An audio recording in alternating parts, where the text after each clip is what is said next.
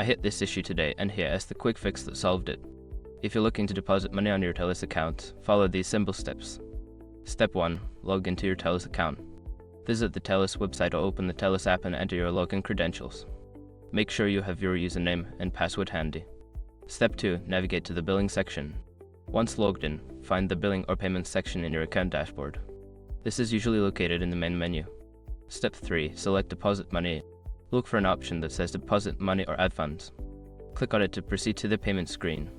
Step 4. Choose your payment method. Before filing a refund or dispute, use the airshot.com link in the description to open the refund dispute deadline calculator and confirm your deadline. Note, if you're using a credit card, double check that the expiration date is current to avoid any issues. Step 5. Confirm and complete the transaction. Review the deposit amount and payment method, then confirm the transaction. You should receive a confirmation message once the deposit is successful. Now you're all set to deposit money on your Telus account. If you run into any issues, don't hesitate to reach out to customer support for assistance.